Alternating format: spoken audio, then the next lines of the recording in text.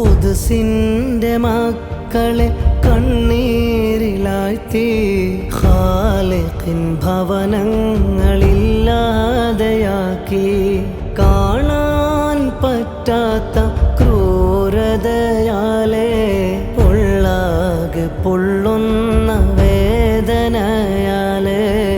ഉള്ളാകെ പൊള്ളുന്ന വേദനയാലേ ഓമന കുഞ്ഞിനെ ഒരു നോക്ക് കാണാൻ താലോലം പാടി ഓമനിക്കാനായി ജനനം നൽകിയ പൈതലും പോയോ കണ്ണീരിലായി